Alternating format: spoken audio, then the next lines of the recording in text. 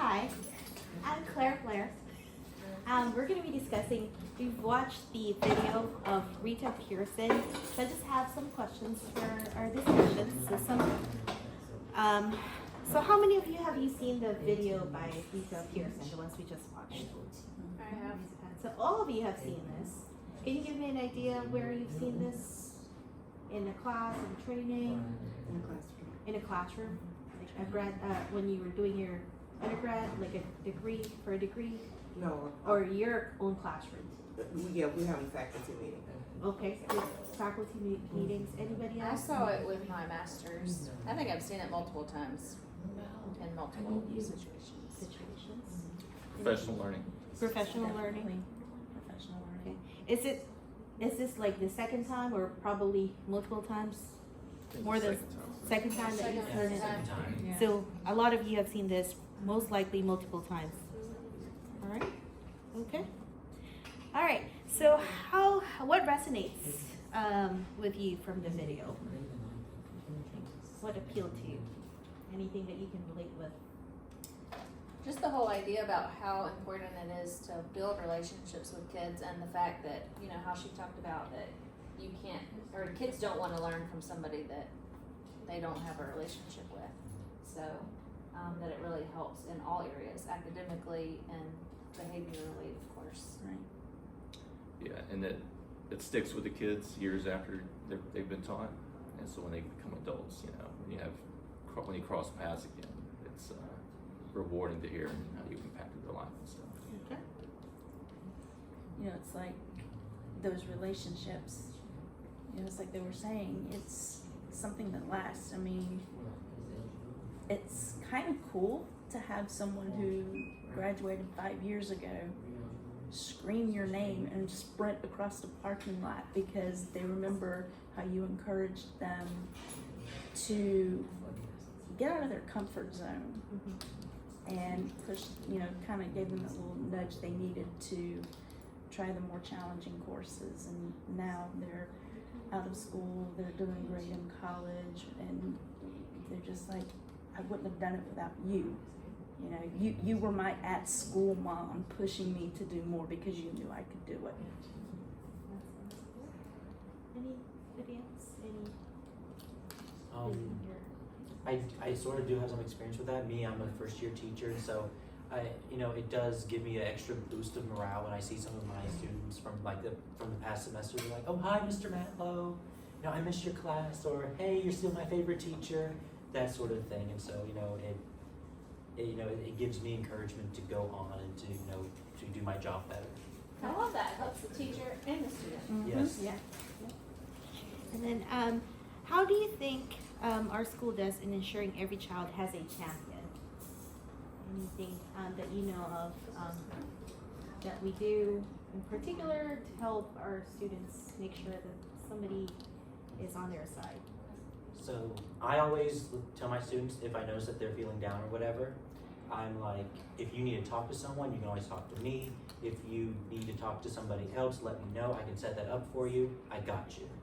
And I always tell them that. Of course, they don't always, accept the offer, of course, but I just let them know that there are resources out there for them, that if they need something, I can help them. Anybody else in addition to that y'all know of and how we're setting up champions for all our students? I think with special ed, the case managers definitely, are able to get to know the students well. They're in their class with them, they see them on a daily basis, but they also just kind of check in across the board. So it's not just about academics, it's, just kind of in general, you help them through things and, meet the needs that they have. So I think that with special ed, having a designated person for each of those kids is helpful. I think sometimes just being seen by students that you may not necessarily, you might know them, but you don't necessarily teach them. Sometimes just being, them being aware that you are present. Sometimes kids will connect with different adults.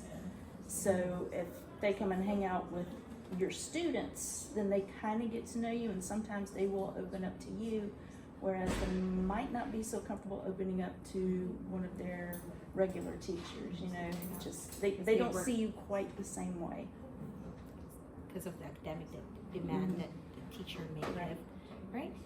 What are the things we do to create engagement in the classroom regarding our relationship with our students? What do you do in your classroom to build those relationships? We definitely try to initiate it instead of, having the kids wait. So we just try to initiate all the conversations if they're quiet,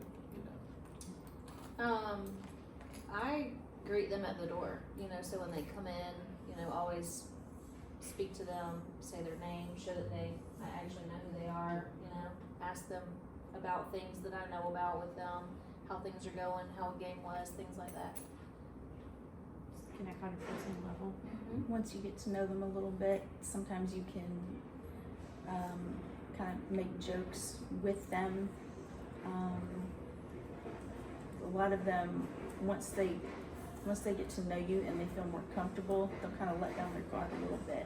So you can make learning a little more fun, and that for some kids that's what they need as the entry point they need to keep going with their learning. And maybe not what was said in the video directly, indirectly, what I picked up on and what I remember, what I hold very true is that kids know when you are not intentionally truthful or honest. They know when you are putting on a ritz. So they have to be able to trust you. That's a part of the rapport. Just meeting them at their level as opposed to having something that's an overarching thing where they don't get it, they don't understand it, it's taking too long to have them to figure it out. But they know when you don't know, they know when you don't understand, and they know when you really don't have a lot of respect for the job and things like, it's like they get it. They see right through you, right? So a lot of what I received from what she said was that, like, kids have to trust you to be able to learn from you. And in the event that they don't feel like they can trust you, there's a lot of standoffishness, there's a lot of not doing the work, sleeping, things like that. So understanding that and meeting them at their level is a part of what has gotten me to open up that world of communication with them. Just them being on me being on a certain level with them, like you were saying earlier, just joking sometimes, just asking them how their night went, what they ate for dinner, did you eat lunch, things like that. They know when you're being genuine and when you're not. Okay. And then finally, what do you think are the barriers in building those relationships, and what could we possibly do to overcome those barriers?